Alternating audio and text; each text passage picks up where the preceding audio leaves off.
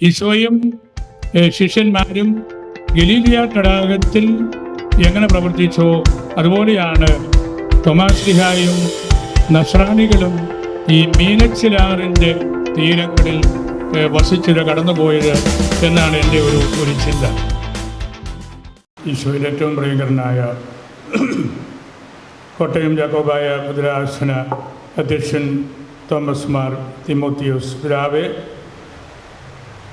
ചിങ്ങമനങ്കനായ മെത്രാപ്പൊലീത്ത arch bishop Kuriakose Mar Severios പിതാവേ, നമുക്ക് ഏറ്റവും പ്രിയങ്കരനായ പത്തനംതിട്ട മെത്രാപ്പൊലീത്ത ബിഷപ്പ് സാമുവേൽ മാർ ഐറേനിയോസ് പിതാവേ, പ്രിയപ്പെട്ട വലിയ ബഹുമാനപ്പെട്ട വിചാരിച്ച അച്ഛന്മാരെ, പ്രിയങ്കരനായ കൈലച്ച ബഹുമാനപ്പെട്ട PC ജോർജ് സാറെ, വൈദികരെ, സമർപ്പിതരെ, പ്രിയപ്പെട്ട സഹോദരങ്ങളെ,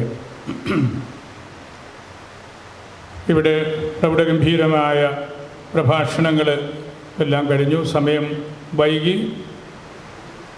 സെവേറിയോസ് പിതാവ് പറഞ്ഞു, പ്രസംഗിച്ചുകൊണ്ടിരിക്കുമ്പോൾ നിങ്ങളുടെ മുഖം തെളിമയുള്ളതായിട്ട് തോന്നിയെന്ന്. ഞാൻ എഴുന്നേറ്റപ്പം നേരെ മറിച്ചാണ് എനിക്ക് തോന്നിയത്. ഞാൻ അധികം പ്രസംഗിക്കാതെ ഒന്ന് വിട്ടാൽ മതി എന്നുള്ള ഒരു ഭാരം നിങ്ങളുടെ മുഖത്ത് ഉണ്ട്. സന്ധ്യയായി, വീട്ടിൽ പോകേണ്ട സമയമാണ്. എങ്കിലും ഒന്ന് രണ്ട് ചിന്തകൾ ഞാനൊന്ന് പറഞ്ഞുകൊള്ളട്ടെ. രണ്ട് കാര്യങ്ങളാണ് എനിക്ക് സൂചിപ്പിക്കാനുള്ളത്. ഒന്നാമത്തേത്, പൊതുവെ അംഗീകരിക്കപ്പെടാതെ കിടക്കുന്ന ഒരു കാര്യത്തെക്കുറിച്ചുള്ള ഒരു ഓർമ്മപ്പെടുത്തലാണ്. അത് തോമാശ്ലീഹ ഭാരതത്തിലേക്ക് നഷ്ടപ്പെട്ട ഇസ്രായേൽ ഗണത്തിലെ ആ ഗോത്രങ്ങളെ അന്വേഷിച്ചു വന്നു എന്നുള്ള ഒരു നിഗമനമാണ്. ഇവിടെ ഭാരതത്തിൽ നമ്പൂതിരിമാർ മാത്രമല്ല, അയ്യരും പോറ്റിയും പട്ടതിരിയും എല്ലാം ബ്രാഹ്മണന്മാരാണ്.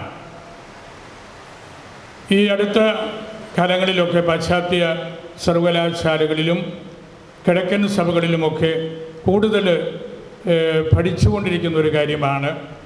തോമാശ്ലീഹ ഇവിടെ വന്നപ്പോൾ, അല്ലെങ്കിൽ വന്നത് ഇവിടെ യൂത ബ്രാഹ്മണന്മാർ ഉണ്ടായിരുന്നു എന്നതാണ്.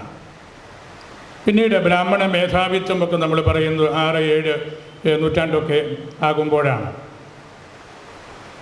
ഇസ്രായേലിലെ നഷ്ടപ്പെട്ട ലോസ്റ്റ് ട്രൈബ്സ് എവിടെയാണെന്ന് തോമായ്ക്ക് ഒരു ഉത്തരവാദിത്വം കൊടുത്തു എന്നും, അങ്ങനെ അദ്ദേഹം തക്ഷശിലയിലും കാശ്മീരിലും ബലൂചിസ്ഥാൻ മലയിലും കറാച്ചിയിലും സിന്ധിലും എല്ലാം വന്നു.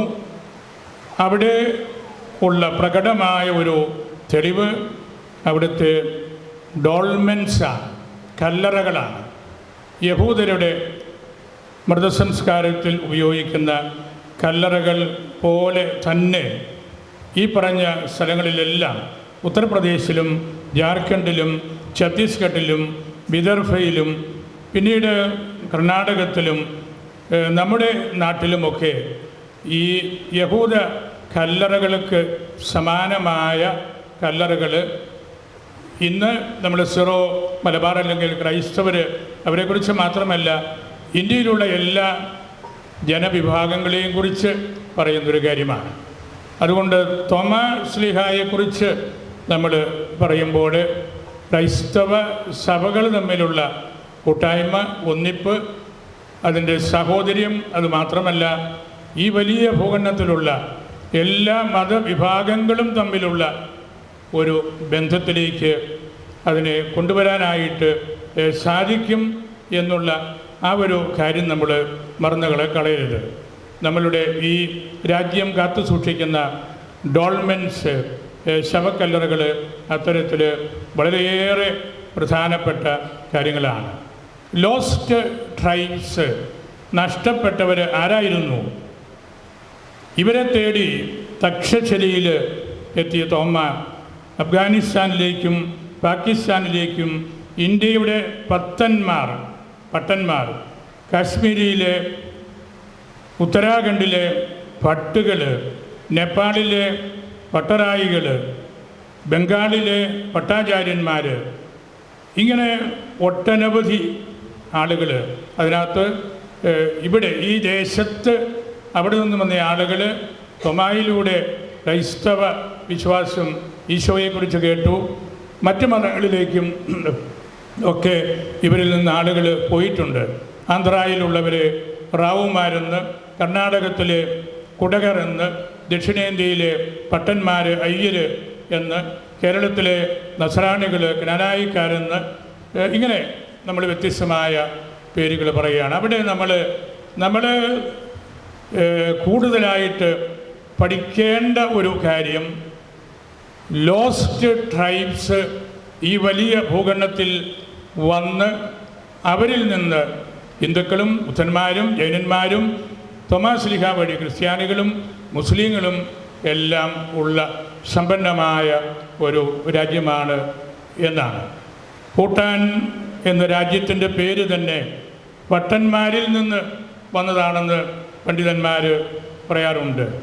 നഫ്താലി ഗോത്രക്കാരുടെ ദേശമാണ് നേപ്പാൾ എന്ന് സ്ഥാപിക്കുന്ന ചരിത്രകാരന്മാരുണ്ട്.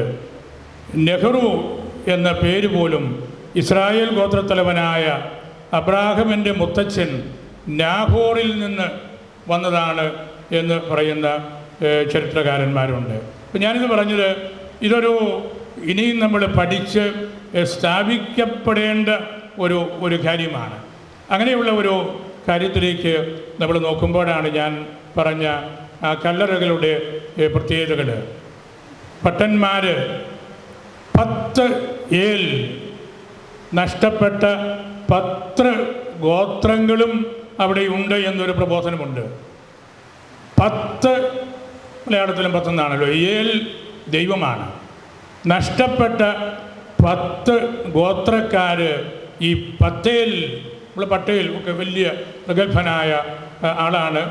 അങ്ങനെയുള്ള ആ കാര്യങ്ങളൊക്കെ നമ്മൾ ഭാരതത്തിൻ്റെ ഇന്ത്യയുടെ ആ ഒരു സാംസ്കാരികമായ കോൺട്രിബ്യൂഷൻ നമ്മൾ നോക്കുമ്പോൾ അതിവിടെ പിതാക്കന്മാരെ സൂചിപ്പിച്ച ആ യഹൂദ പാരമ്പര്യത്തോടും തോമാസ് ലീഹായുടെ ഭാരത പ്രവേശനത്തോടും വളരെയേറെ ബന്ധപ്പെട്ട് കിടക്കുന്ന കാര്യങ്ങളാണ്. ഈ കല്ലറകളെക്കുറിച്ച് വലിയ ഡോൾമെൻസ് അല്ലെങ്കിൽ ഖത്തക്കൊമ്പ്, കല്ലിൽ വെട്ടി ഇറക്കുന്ന ഗുഹ എന്നൊക്കെ നമ്മൾ പറയുന്ന ആ കാര്യങ്ങൾ ഞാൻ ഈ പ്രദേശത്തോട് ബന്ധപ്പെട്ട് പറയുകയാണ്. നമ്മുടെ പാല, കുറിഞ്ഞി, കടനാട്, കുറുമണ്ണ്, മറ്റത്തിപ്പാറ, കുറവലങ്ങാട്, കടുത്തുരുത്തി തുടങ്ങിയ സ്ഥലങ്ങളിലെല്ലാം ഇത്തരം കല്ലറകളുണ്ട്, ഡോൾമെൻസ്. അത് യഹൂദന്മാർ അവരുടെ പൂർവികരെ സംസ്കരിച്ചതുപോലെയുള്ള കല്ലറകളാണ്. അത് ഞാനീ പറഞ്ഞ നാടൊക്കെ എൻ്റെ നാടാണ് ഈ കുറുമണ്ണ്, കയ്യൂരൊക്കെ. ഞാനത് എൻ്റെ വല്യപ്പനിൽ നേരത്തെ കേട്ടിട്ടുണ്ട്. ഇവിടെയുള്ള കല്ലറകൾ വലിയ പ്രാധാന്യമുള്ളതാണ് എന്നൊക്കെ. അപ്പം അങ്ങനെയുള്ള വലിയ കാര്യങ്ങളിലേക്കുള്ള ഗവേഷണം നമുക്ക് നടത്തേണ്ടതുണ്ട്. അതാണ് എൻ്റെ ഒന്നാമത്തെ പോയിൻ്റ്. രണ്ടാമത് എനിക്ക് പറയാനുള്ളത്, ഇവിടെ പിതാക്കന്മാർ മിനിച്ചിലാറിനെ കുറിച്ച് എല്ലാം പറഞ്ഞു. ഈശോയും ശിഷ്യന്മാരും ഗലീലിയ തടാകത്തിൽ എങ്ങനെ പ്രവർത്തിച്ചോ അതുപോലെയാണ് തോമാസ് ലീഹായും നസ്രാണികളും ഈ മീനച്ചിലാറിൻ്റെ തീരങ്ങളിൽ വസിച്ചത്, കടന്നുപോയത് എന്നാണ് എൻ്റെ ഒരു ചിന്ത. മീനച്ചിലാറ് ഈ രാജ്യത്തിൻ്റെ എവാഞ്ചലൈസേഷനിൽ നിർണായകമായ പങ്ക് വഹിച്ച ഒരു കാര്യമാണ്. കാരണം അവിടെ നിന്ന് തോമാസ് ലീഹ 2 തവണയെങ്കിലും ഭാരതത്തിൽ പ്രവേശിച്ചിട്ടുണ്ട്. ആദ്യത്തേൽ നമ്മുടെ തന്നെ കൊല്ലംപറമ്പിൽ പിതാവ് ഇപ്പോൾ ശുശ്രൂഷ ചെയ്യുന്ന ആ ദേശമാണ്, ഗുജറാത്താണ്. ബറൂച്ച് എന്ന് പറയുന്ന വലിയ കടുത്തുരുത്തി പോലെയുള്ള കപ്പലുകൾ വന്നിടക്കുന്ന സ്ഥലമാണ്. രണ്ടാമത്തേത് നമുക്കെല്ലാവർക്കും അറിയാവുന്നതുപോലെ AD 82 നമ്മുടെ കേരളത്തിലെ സീരീസ് എന്ന കൊടുങ്ങല്ലൂർ സ്ഥലവുമാണ്. അത് നമ്മൾ അടിസ്ഥാനപരമായ സത്യമായിട്ട് സ്വീകരിക്കുമ്പോൾ മീനച്ചിലാറിൻ്റെ തീരപ്രദേശങ്ങളിൽ നസ്രാണികൾ 1-ാം നൂറ്റാണ്ട് മുതൽ പാർത്തു പോരുകയും അവർ വലിയ കച്ചവടങ്ങൾ നടത്തുകയും ചെയ്തിരുന്നു. അരുവിത്തറ മുതൽ ചേർപ്പങ്കൽ വഴി മീനച്ചിലാറിൻ്റെ ആറ്റുചാലിലൂടെയായിരുന്നു ഈ യാത്രകളെല്ലാം. അതിരമ്പുഴ കടവ്, കുറുപ്പന്തറ കടവ്, കടുത്തുരുത്തി കടവ് തുടങ്ങിയ വലിയ കേന്ദ്രങ്ങൾ എല്ലാം ഒരു അർത്ഥത്തിൽ പറഞ്ഞാൽ ഇവിടെ നിന്ന് ഇവരോട് ബന്ധപ്പെട്ട് നിന്നവരാണ്. അങ്ങനെ ഈ പൂഞ്ഞാറ് അരുവിത്തറ പ്രദേശത്ത് നിന്ന് കുടിയേറ്റക്കാരായിട്ട് വന്നത് ഏറ്റവും അടുത്ത നൂറ്റാണ്ടുകളിൽ കോതനെല്ലൂർ, കടപ്ലാമറ്റം, ഭരണങ്ങാനം, പാല, ചേർപ്പങ്കൽ, മുളക്കുളം, മുട്ടുചിറ, രാമപുരം, ഇലഞ്ഞി, ഇതെല്ലാം ഞാൻ ഇവിടെ ഊന്നിപ്പറഞ്ഞ ഇതെല്ലാം തന്നെ നമ്മുടെ രൂപതയിലെ പള്ളികളാണ്. ഇവിടെ 1-ാം നൂറ്റാണ്ടിൻ്റെ അവസാനം അല്ലെ 2ൻ്റെ ആരംഭം മുതൽ അരുവിത്തറയും കുറവലങ്ങാടും ഒക്കെ വലിയ കേന്ദ്രങ്ങൾ വന്നു. പിന്നീട് ഞാനീ പറഞ്ഞ ഈ പള്ളികളെല്ലാം 7, 8, 10, 11 നൂറ്റാണ്ടുകളിൽ ഒന്നോർത്ത് നോക്കി അത്ര പൗരാണികത്വമുള്ള പള്ളികളാണ് നമ്മുടെ ഈ ദേശത്ത് ദൈവം നമുക്ക് തന്നിരിക്കുന്നത്. പൂഞ്ഞാർ മലനിരകൾ വഴി മീനച്ചിലാറ്റിലേക്കും മൂന്നാർ മലയാറ്റൂർ വഴി പെരിയാറ്റിലേക്കും ചായൽ നിരണം വഴി നീണ്ടുകിടന്ന ചേര പാണ്ഡ്യ രാജ്യങ്ങളെ കോർത്തിണക്കുന്ന രാജപാതകൾ തോമ്മ ഉപയോഗിച്ചു എന്നാണ് പണ്ഡിതന്മാരുടെ കണ്ടെത്തൽ. പൂഞ്ഞാറ്, അരുവിത്തറ, ചായൽ എന്നിവിടങ്ങളിലെ ഭൂഗർഭ ഗവേഷണത്തിനിടയിൽ പഴയ പാതയുടെ അവശിഷ്ടങ്ങൾ നമ്മൾ കാണുന്നുണ്ട്. നമ്മുടെ സന്യസ്തർ താമസിക്കുന്ന വാഗമണ്ണിൽ പാണ്ഡ്യയിൽ നിന്ന് പുകയില കൊണ്ടുവന്നിരുന്ന വഴികളുണ്ടെന്ന് ഈ അടുത്ത നാളിൽ തന്നെ കണ്ടെത്തിയിട്ടുണ്ട്. നമ്മുടെ തൊട്ടടുത്തുള്ള ഇടമറുകിലും കുഞ്ഞാറിൽ നിന്ന് കിട്ടിയ റോമൻ നാണയങ്ങൾ മീനച്ചിൽ നദീതട സംസ്കാരത്തിൻ്റെ അതിപുരാതനമായ തെളിവുകളാണ്. അങ്ങനെ നമ്മൾ ഈ തോമായുടെ ഭാരതപ്രവേശനം എന്ന് പറയുന്നത് ഇവിടെയുള്ള എല്ലാ ജനതകൾക്കും സൗഖ്യം കിട്ടാനുള്ള, ഇവിടെ പിതാക്കന്മാർ പറഞ്ഞല്ലോ, കൂട്ടായ്മ കിട്ടാനുള്ള ആ ഒരു തരത്തിലേക്ക് അതിനെ ഫോക്കസ് ചെയ്യുമ്പോൾ വലിയ ആവേശകരമായ ചിന്തയിലേക്ക് നമുക്ക് പോകാൻ പറ്റും. ഇതിനെ എല്ലാം നിഷേധിക്കുന്നവരെല്ലാം പിതാക്കന്മാർ സൂചിപ്പിച്ചു. തോമാശ്ലീഹ ഇവിടെ വരുന്നതിന് മുമ്പുള്ള ചരിത്രകാരന്മാർ തോമായുടെ പ്രവേശനത്തെക്കുറിച്ച് പറഞ്ഞിട്ടുണ്ട്.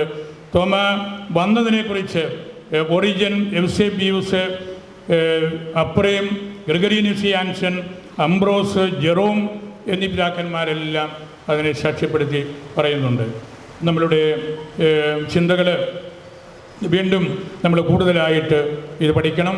തോമ ഭാരതത്തിൽ വന്ന് തോമായുടെ ഒരു സിംഹാസനം, സത്യവിശ്വാസത്തിൻ്റെ ആ പ്രബോധനം, അതേക്കുറിച്ച് പുരാതന രഹയിൽ പറയുന്നത് ഇവിടെയാണ് സേദസ് തോമേ അപ്പോസ്തലി എത്ത് ഫീദസ് കത്തോലിക്ക. തോമായുടെ സിംഹാസനവും കത്തോലിക്ക വിശ്വാസവും ഇവിടെയാണ്. തോമാ വന്നിറങ്ങിയ കൊടുങ്ങല്ലൂർ, ആ പ്രദേശങ്ങളെല്ലാം സംയോജിപ്പിച്ചുകൊണ്ട് പറയുന്ന ആ ഒരു എഴുത്താണത്.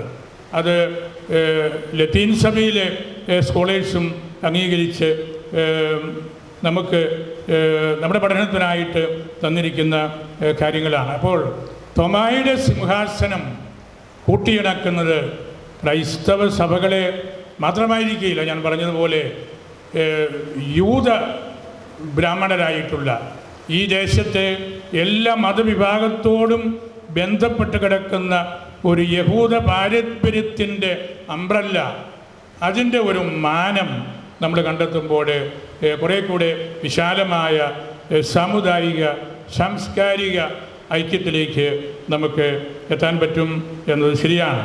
കേരളത്തിൽ ബുദ്ധ, ജൈന, മത എല്ലാ സമുദായങ്ങളും ഇവിടെയുണ്ട്. നമ്മളിവിടെ ഇരിക്കുന്ന ഈ സ്ഥലത്തും എത്രയോ വൈവിധ്യമാർന്ന സാംസ്കാരിക കാര്യങ്ങളോട് ബന്ധപ്പെട്ട് കിടക്കുന്ന ആളുകൾ അധിവസിക്കുന്ന സ്ഥലമാണ്. അതുകൊണ്ട് നമുക്ക് തോമായുടെ ഭാരത പ്രവേശനം നമ്മെ സംബന്ധിച്ച് ഞാൻ പറയും എല്ലാ ഭാരതീയനെയും ബാധിക്കേണ്ടതാണ്, ബന്ധപ്പെടേണ്ടതാണ്. അതാണ് ആ യഹൂദ പാരമ്പര്യത്തിൻ്റെ സമഗ്രമായ ഒരു കാര്യം. തോമാശ്ലീഹ കടന്നുപോയ 7 പള്ളികൾ, ഈ പറഞ്ഞ വഴികളെല്ലാം, അവിടെയെല്ലാം അദ്ദേഹം കണ്ടത് ഈ യൂതന്മാരെയാണ്, ബ്രാഹ്മണന്മാരുടെ ലെവലിൽ ഒന്നാം ലെവലിൽ നിൽക്കുന്ന ആ ആളുകളെയാണ്. പിന്നീട് വന്ന മേധാവിത്വം അല്ലെങ്കിൽ ഹെഗമണി എന്നൊക്കെ പറയുന്നത് 6-7 നൂറ്റാണ്ടുകളിലാണ്. അപ്പം അദ്ദേഹം തോമാശ്ലീഹ ഇവിടെ വരുമ്പോൾ അദ്ദേഹം വന്ന വഴികൾ തക്ഷശിലയിൽ നിന്ന് വന്നതും പിന്നീട് നമ്മളുടെ സ്വന്തം നാട്ടിൽ വന്നതും അതെല്ലാം ഈ വലിയ സംസ്കാരങ്ങളെ കോർത്തിണക്കി അദ്ദേഹം ചെന്നപ്പോൾ ഇവിടെയെല്ലാം അദ്ദേഹത്തിൻ്റെ ഭാഷ സംസാരിക്കുന്ന ആളുകളുണ്ടായിരുന്നു. അതുകൊണ്ടാണ് അവിടെയെല്ലാം എത്തിപ്പിടിക്കാൻ സാധിച്ചത്. അവിടെ 7 പള്ളികൾ ഇന്ന് നമ്മൾ പുറത്ത് നമസ്കാരം നടത്തുമ്പോൾ ഈ പള്ളികൾ സ്ലീവായാണ്, കുരിശാണ്. അവിടെ ഒരു കുരിശ് നാട്ടി അവിടെ പ്രാർത്ഥിച്ചു. അതാണ്. അവിടെ വലിയ ബൃഹത്തായ ദേവാലയങ്ങൾ ഇല്ല, ഇന്ന് സങ്കല്പിക്കാൻ പോലും പറ്റിയില്ല. എത്രയോ നൂറ്റാണ്ടുകൾ കഴിഞ്ഞാണ് ഇന്ന് നമ്മൾ 7 പള്ളികളായിരിക്കുന്ന ആ സ്ഥലത്തെ ദേവാലയങ്ങളൊക്കെ പിന്നീട് വന്നത്. പുറത്ത് നമസ്കാരം തന്നെ തോമാശ്ലീഹ കടന്നുപോയ വഴികളിൽ ഈശോയുടെ സ്ലീവ നാട്ടി അവിടെ പ്രാർത്ഥിച്ചപ്പോൾ മാമോദീസ സ്വീകരിക്കാനായിട്ട് വലിയ പറ്റം ആളുകൾ വന്നു. നമ്മുടെ വലിയ തറവാടിത്തമുള്ള പുരാതന കുടുംബങ്ങളൊക്കെ അതിനോട് ബന്ധപ്പെട്ട് കിടക്കുന്നവരാണ്. അപ്പം അങ്ങനെയുള്ള ചരിത്രപരമായ കാര്യങ്ങൾ കൂടുതലായിട്ട് നമുക്ക് കണ്ടെത്താനായിട്ട് ഇത് സാധിക്കണം. ഇന്ന് ഇവിടെ ഈ വലിയ പിതാക്കന്മാരോടുകൂടി നമ്മളുടെ രൂപതയിലെ ഏറ്റവും പുരാതനവും മഹത്തരവുമായ ഈ ദേവാലയത്തിൽ ഇവിടെ ആയിരിക്കാൻ സാധിച്ചത് വളരെ സന്തോഷപരമായ കാര്യമാണ്. തോമസ് മാർ തിമോത്തിയോസ് പിതാവ് നേരത്തെ പോകണമെന്ന് തൈലച്ചനോട് പറഞ്ഞിരുന്നുവെങ്കിലും പിതാവ് മുഴുവൻ സമയം നമ്മോടൊത്ത് എല്ലാത്തിൻ്റെയും മുഖ്യ ധാർമ്മികനെ പോലെ ഇവിടെയുണ്ട്. പിതാവ് നമ്മളോട് പാലായോട് വലിയ സ്നേഹം കാണിക്കുന്ന ആളാണ്. ചെകുവനം മെത്രാപ്പോലീത്തയുടെ കാര്യം പറയേണ്ടതില്ല. നമ്മളുടെ പൊതുവേദികളിലെല്ലാം പിതാവ് നമ്മുടെ സമീപസ്ഥനാണ്. തോമസ് മാർ തിമോത്തിയോസ് പിതാവിനെ പോലെ എപ്പോഴും നമ്മുടെ കൂട്ടത്തിൽ താല്പര്യപൂർവ്വം വരികയും സംസാരിക്കുകയും ചെയ്യുന്നയാളാണ്. ഐറേനിയോസ് തിരുമേനി നമ്മുടെ സ്വന്തക്കാരനാണ്. നമ്മുടെ അച്ഛന്മാരെ 2 കൊല്ലം മുമ്പ് 2 ആഴ്ച പാലായിൽ വന്ന് താമസിച്ച് അച്ഛന്മാർക്ക് വാർഷിക ധ്യാനം പ്രീച്ച് ചെയ്തയാളാണ്. ഏത് അവസരത്തിലും പിതാവ് നമ്മളോട് വലിയ കാരുണ്യം കാണിക്കുന്നുണ്ട്. അച്ഛന്മാരോട് സംസാരിക്കുക, പൊതുജനങ്ങളോട് സംസാരിക്കുക, അതെല്ലാം പിതാവിൻ്റെ നൈസർഗികമായ ആ കാര്യമാണ്. ഈ 3 പേരുടെയും പ്രഭാഷണങ്ങൾ നമുക്കിവിടെ ഈ സന്ധ്യയിൽ തോമാശ്ലീഹായെക്കുറിച്ച് കിട്ടിയപ്പോൾ അത് പുത്തൻ ദൈവാനുഭവമാണ്.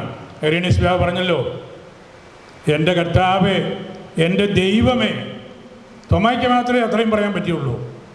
മറ്റവരൊക്കെ ഈശോയെക്കുറിച്ച് മൈ ലോഡ്, എൻ്റെ കർത്താവ് എന്നുവരെ പറഞ്ഞെങ്കിൽ തോമായുടെ ദൈവാനുഭവത്തിൻ്റെ തനിമ എൻ്റെ കർത്താവ് എൻ്റെ ദൈവവും കൂടിയാണ് എന്നുള്ള പ്രഖ്യാപനമാണ്. അതിനപ്പുറത്തേക്ക് പിന്നെ ഒരു ദൈവശാസ്ത്രവും പറയാനില്ല, ഒന്നും പറയാനില്ല.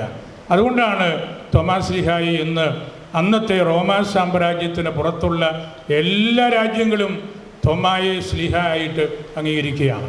കാരണം ഇതുപോലെ ഒരു വിശ്വാസ പ്രഖ്യാപനം, എൻ്റെ കർത്താവ് എൻ്റെ ദൈവമാണ്, അവിടെയാണല്ലോ കാര്യം, അവിടെയാണ് കാര്യം. ആ ഒരു പ്രഖ്യാപനത്തെക്കുറിച്ചാണ് ഐറേനിയോസ് തിരുമേനി ഊന്നൽ കൊടുത്ത് പറഞ്ഞത്. നമുക്കെല്ലാവർക്കും ഈ പിതാക്കന്മാരുടെ സാന്നിധ്യവും സന്ദേശവും വലിയ സന്തോഷത്തിന് ഇടയായി. ഇതിന് പ്രത്യേകമായ അവസരം ബഹുമാനപ്പെട്ട വിയാരിച്ചൻ, വെട്ടുകല്ലിൽ ബഹുമാനപ്പെട്ട വിയാരിച്ചൻ നമുക്ക് അനുവദിച്ച് തന്നു. ഇതിൻ്റെ ക്രമീകരണങ്ങൾ സുറമലബാർ സഭയുടെ ഇക്യുമെനിസത്തിൻ്റെ സിനഡിൻ്റെ സെക്രട്ടറി ആയിരിക്കുന്ന ബഹുമാനപ്പെട്ട സിറിൽ തോമസ് തയ്യലച്ചനാണ്. അച്ഛന് പിതാക്കന്മാരോട് എല്ലാവരോടും തന്നെ നല്ല ബന്ധമുണ്ട്. അച്ഛൻ ഈ ഭാഷയോടും ഈ സംസ്കാരത്തോടും കേരളത്തിലെ ഭാരതത്തിലെ വൈവിധ്യമാർന്ന സഭകളുടെ ആ ഒരു യാഥാർത്ഥ്യത്തെക്കുറിച്ചുമൊക്കെ നല്ലവണ്ണം അറിയാം. അതൊരു വലിയ കാര്യമാണ്.